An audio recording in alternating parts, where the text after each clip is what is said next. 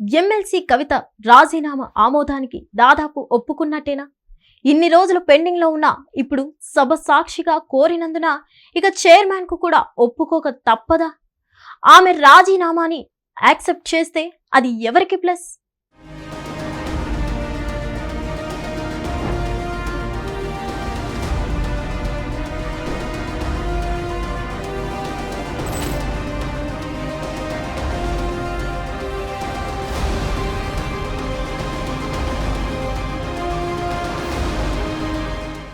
శాసన మండలి సభ్యత్వానికి గతంలోనే రాజీనామా చేసిన ఎమ్మెల్సీ కవిత అందుకు గల కారణాలను, తన మనసులో ఉన్న ఆవేదనను సభలో వివరించారు. తెలంగాణ జాగృతి సంస్థ ఏర్పాటు, ఉద్యమంలో పాత్ర, అధికారం వచ్చాక తనకు సొంత పార్టీలో జరిగిన అవమానాల గురించి చెబుతూ ఒక్కసారిగా కంటతడి పెట్టుకున్నారు కవిత. మండలి చైర్మన్ గుత్తా సుఖేందర్ రెడ్డి వెంటనే తన రాజీనామాను ఆమోదించాలని కోరారామె. అయితే భావోద్వేగాల మధ్య రాజీనామా చేయడం సరైంది కాదని, ఆ విషయంలో పునరాలోచన చేయాలని సూచించారు మండలి చైర్మన్ గుత్తా సుఖేందర్ రెడ్డి.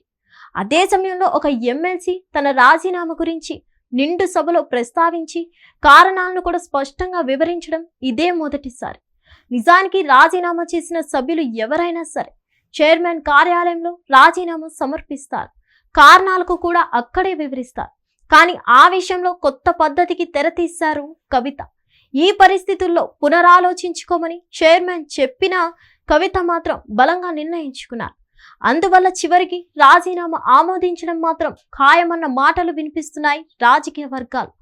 అదే జరిగితే ప్రస్తుతం ఏ సభ సభ్యుడు కాకుండా పదవి దక్కుతుందా లేదా అన్న వార్తలు వస్తున్న క్రమంలో కవిత రాజీనామా అజారుద్దీన్ కి ప్లస్ అవుతుందని అంటున్నారు.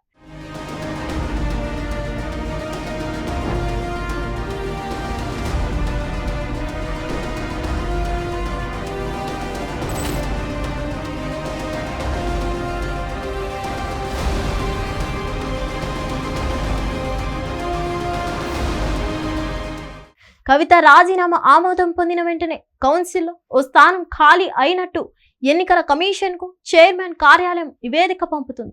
భర్తీ కోసం కొద్ది రోజుల్లోనే ఈసీ నోటిఫికేషన్ విడుదల చేస్తుంది. ఇలా ఖాళీ ప్లేస్ అనేది అజారుద్దీన్ కి కలిసి వస్తుందని అంటున్నారు. ఈ ప్రాసెస్ అంతా చకచకా జరిగిపోతే మంత్రి అజారుద్దీన్ కు పెద్ద ఊరట అంటున్నాయి రాజకీయ వర్గాలు. ఏ సభలో స్థానం ఖాళీ అవుతుందా, పదవిని కాపాడుకోవడానికి ఒక ఛాన్స్ ఎక్కడి నుంచి వస్తుందా అని ఎదురు చూస్తున్నారు మంత్రి. ఈ సమయంలో కవిత రాజీనామా ఆయనకు ప్లస్ అవుతుందని అంటున్నారు. ప్రస్తుతం నిజామాబాద్ స్థానిక సంస్థల కోటాలో ఎన్నికై పెద్దల సభకు ప్రాతినిధ్యం వహిస్తున్నారు కవిత. ఇప్పుడు రాజీనామాకి ఆమోదం ముద్ర పడితే అజార్ కూడా అక్కడే పోటీ చేసి గెలవాల్సి ఉంటుంది. ప్రస్తుతం స్థానిక సంస్థల ఎన్నికల్లో భాగంగా ఇటీవల పంచాయతీ ఎన్నికలు నిర్వహించింది రాష్ట్ర ప్రభుత్వం. త్వరలో మున్సిపల్, కార్పొరేషన్ ఎన్నికల కోసం సన్నాహాలు చేస్తుంది. ఆ తర్వాత ఎంపీటీసీ, జెడ్పీటీసీ ఎలక్షన్స్ నిర్వహించాల్సి ఉంటుంది. ఆ లెక్కన నిజామాబాద్ స్థానిక సంస్థల కోటాలో ఓటర్లు పూర్తి స్థాయిలో లేరు.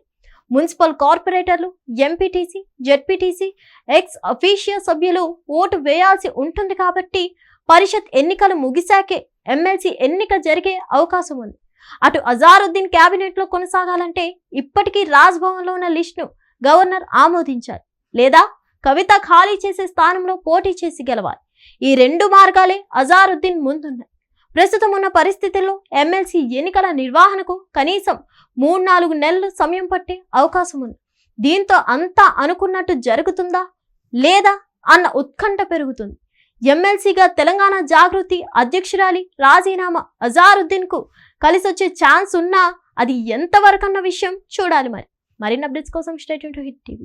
హిట్ టీవీ యాప్, ఇందులో short news, live news, entertainment shows, movies, digital magazines తో పాటు మీ జిల్లా వార్తలను కూడా ఫ్రీగా చూడొచ్చు.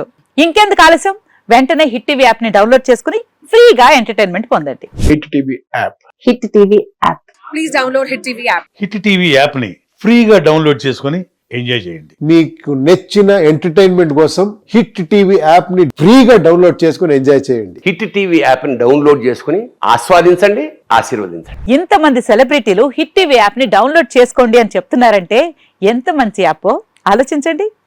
అమెరికా అమెరికా అమెరికా అమెరికాలో చదవాలనుకునే వాళ్ళకి విశ్వసనీయమైన పేరు మన శౌర్య consultancy. UK Law 1 Year Masters. UK Law 1 Year Masters. 2 years work permit up to 5 years visa. Contact Saurya Consultancy. Contact 89851 89851.